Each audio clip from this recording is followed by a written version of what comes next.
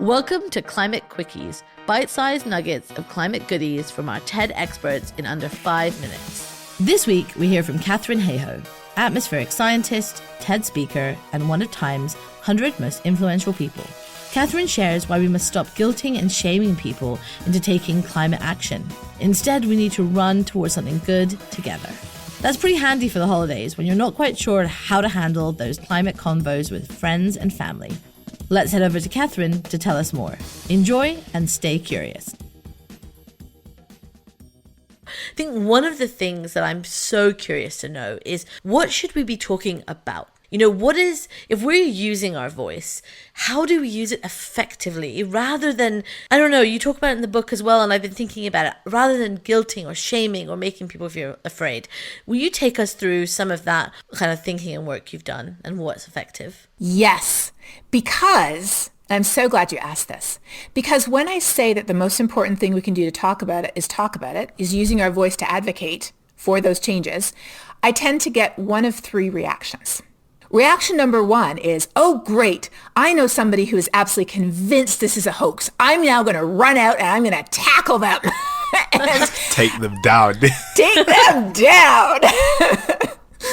And as you know in the book, I say, a small percentage of us, but a loud percentage of us in the UK and Canada and the United States and Australia and even in the EU too, a small percentage of us are dismissive. And it literally takes a miracle to change a dismissive's mind. And I personally am not in that miracle business. I have tried thousands of conversations, and believe me, they literally can't listen. They literally cannot.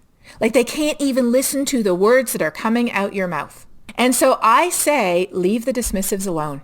Leave them alone. Because you know what? They're only 7% in the US. They're a bit less than that in Canada. They're a bit less than that in the UK. They are loud, yes. Absolutely, but they are a small fraction of us. We need to talk to everybody else. So then the next thing people say is, oh, so I'll just go and I'll tell everybody how bad it is. Give me some more facts. How fast is Antarctica melting? How quickly is sea level rising? How many polar bears starved to death this year? I'll go tell them that. And believe me, I could share that information with you, and it is horrifying. I am horrified daily by every new piece of scientific information I see. But more fear-based information is not going to change people's minds, because most people already know it's bad. And if they're not saying it, it's because they're pushing it down to the back of their brain because it's their defense mechanism, because they don't know what to do.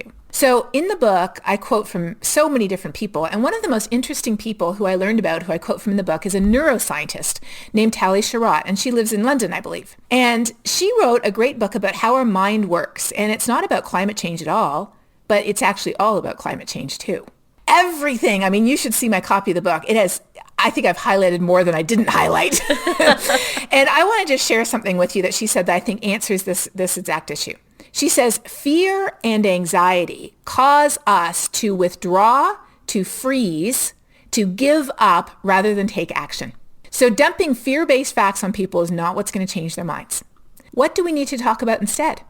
We need to talk about two things. Number one, why it matters to us here and now in ways that are relevant to us. If we are really into rugby, let's talk about how climate change is affecting rugby, or football, or tennis, or golf, or fishing, or skiing. If we're really into the city where we live, if we are really into the job, the industry that we're in, if we are really into a certain community group or a certain activity, or we have a passion for our kids or a shared faith or whatever it is, that's where we start and connect the dots. But don't end there. We have to talk about something positive that we can do to fix it. We have to bring in a story about, here's what a sports team is doing to help fix it.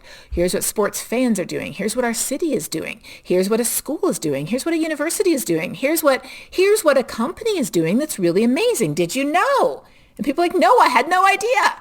We need to talk about what we can head towards, not just what we're running away from.